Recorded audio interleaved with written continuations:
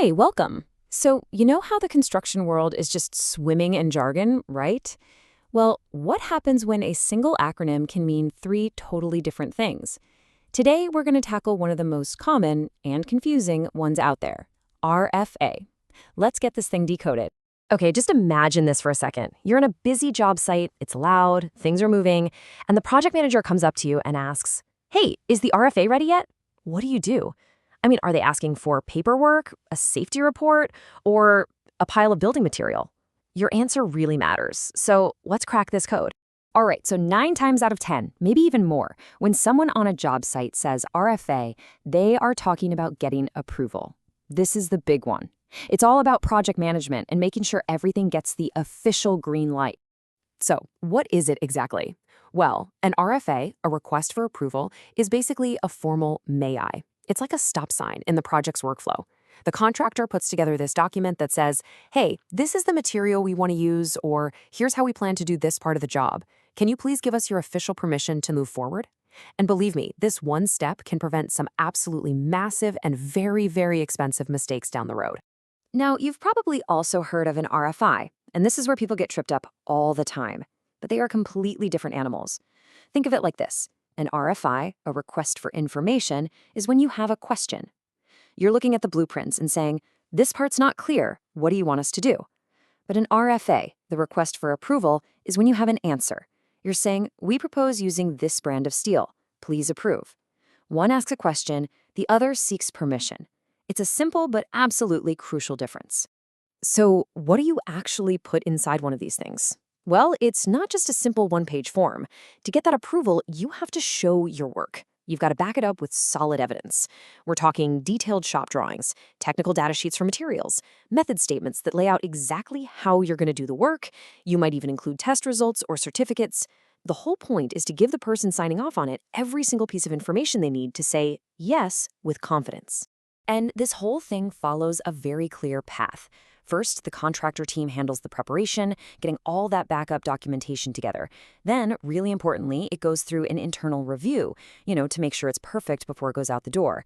After that, it's the official submission to the client or their consultant.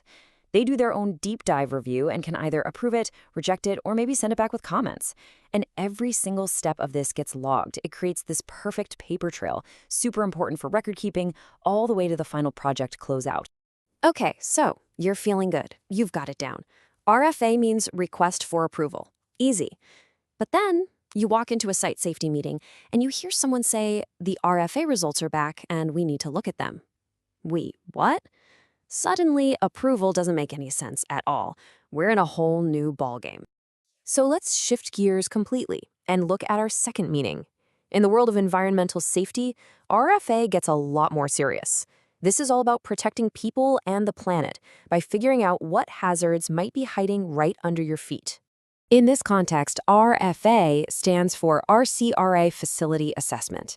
Whoa, okay, what's that?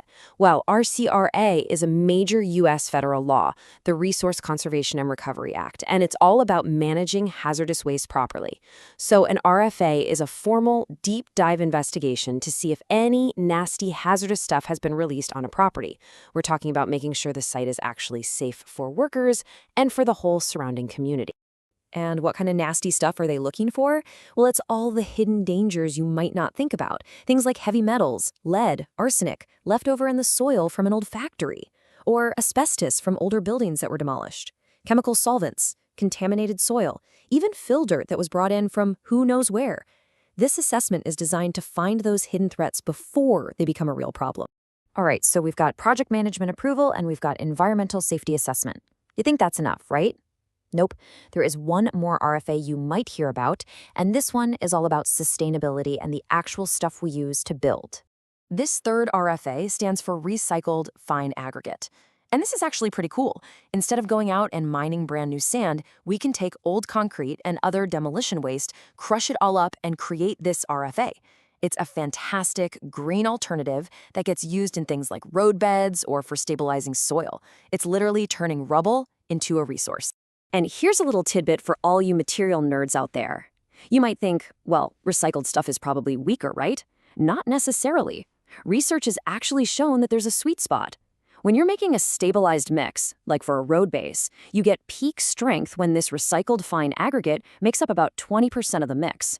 It's a pretty neat piece of science, turning something old into something really strong. So there we are. 3 completely different meanings: project management, site safety, and sustainable materials, all hiding behind the exact same 3 letters. So let's pull this all together. Here's a quick cheat sheet so you'll never be caught off guard by RFA again. This right here is the whole key. It all comes down to the field you're in.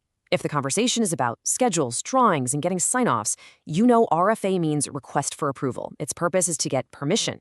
If you're talking about soil samples and contamination, it's a recraft facility assessment, and its purpose is to identify hazards. And if you're talking about green concrete mixes and sustainable building, it's recycled fine aggregate. Its purpose is to provide a material. It's that simple. So, look, if you only remember one thing from all this, make it this. Context is king. When you hear an acronym like RFA, don't just hear the letters. You gotta listen to the conversation happening around it. The context tells you everything.